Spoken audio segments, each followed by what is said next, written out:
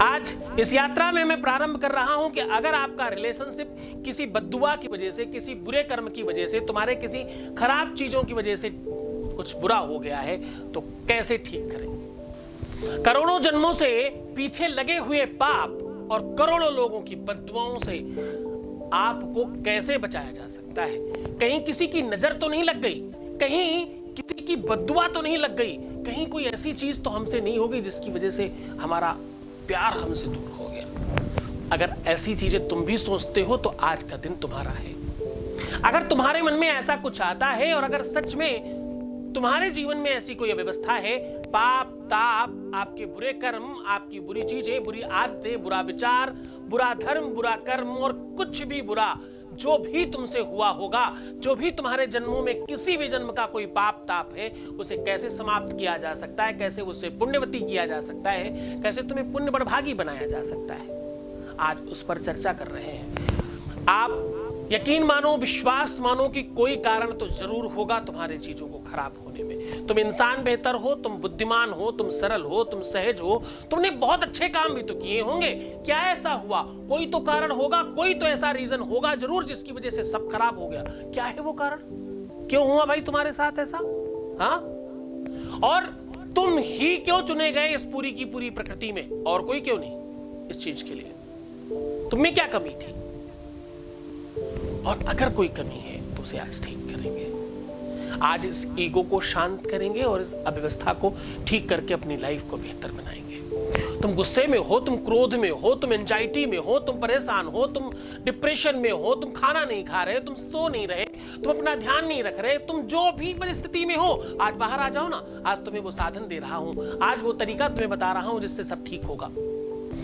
जब भी तुमसे कोई बुरा कर्म होता तुम बोलते हो गलती से हो गया। जब भी कोई अच्छा काम हो तो तुम दुड़ी ढोल पीटते हो कि हमने ये काम कर दिया, हम तो ये कराए, हम तो ये कराए। हाँ, कोई बुरा कर्म हो तो तुम दबा देते हो, नहीं नहीं कोई बात नहीं, हो गया उसको छोड़ दीजिए आप। क्यों छोड़ दीजिए भाई? उसी का तो तुम फल पा रहे हो, कैसे छोड़ देंगे? छोड़ के कैसे आगे बढ़ सकते हैं? तुम्हारे करोड़ों जन्मों के पाप और पुण्य ही तो हैं जिनका फल तुम भोग रहे हो, अच्छा या बुरा। अगर तुम्हारे साथ कुछ हो रहा है, तुम्हारा रिलेशनशिप, तुम्हारा लव, तुम्हारा प्यार, तुम्हारा शादी कहीं अगर डगमगा रही है कुछ गाड़ी, तो कोई कारण होगा ना। भगवान बिना मतलब के तो कुछ नहीं देता। आज उस कारण का सीधा निवारण लेकर के आपके सामने हाजिर हूं।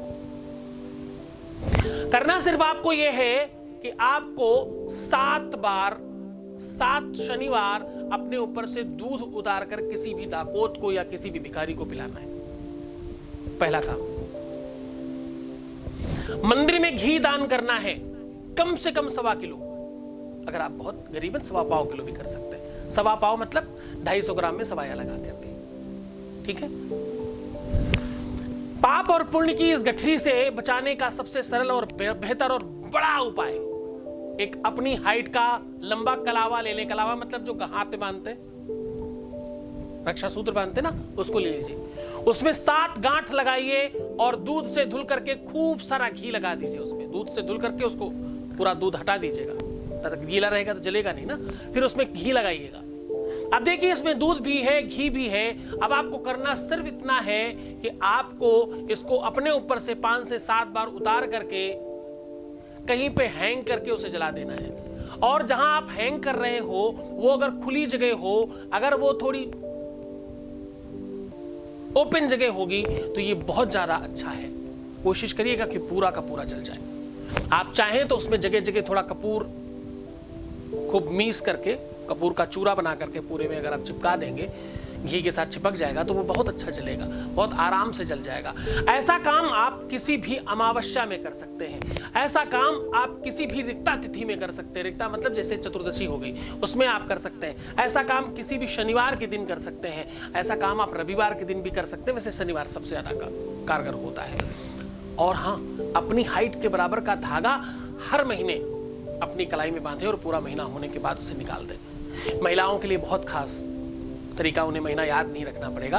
उनका जो रजस्वला होता है, जो मासिक धर्म होता है, उसके मासिक धर्म से निवृत्त होकर के बांध लें और जैसे ही मासिक धर्म आए उसको हटा दें। ऐसा 2 से 3 बार कर लेने से आपकी सारी की सारी बुराइयां खत्म हो जाती। संभव हो सके तो एक शुद्धि हवन जरूर करा लें। ऐसा करने से आपकी ये सारी की सारी अव्यवस्थाएं समाप्त हो जाएंगी और आप इससे बच पाएंगे। तो चलें, आप खूब प्रसन्न रहिए, खूब आनंदित रहिए, आपके जीवन में कभी किसी प्रकार की कोई तकलीफ आने ही ना पाए। आपका घर परिवार, आपका अपना संसार जिसे तुम प्रेम करते हो, वो बहुत खुशी और संपन्न रहे।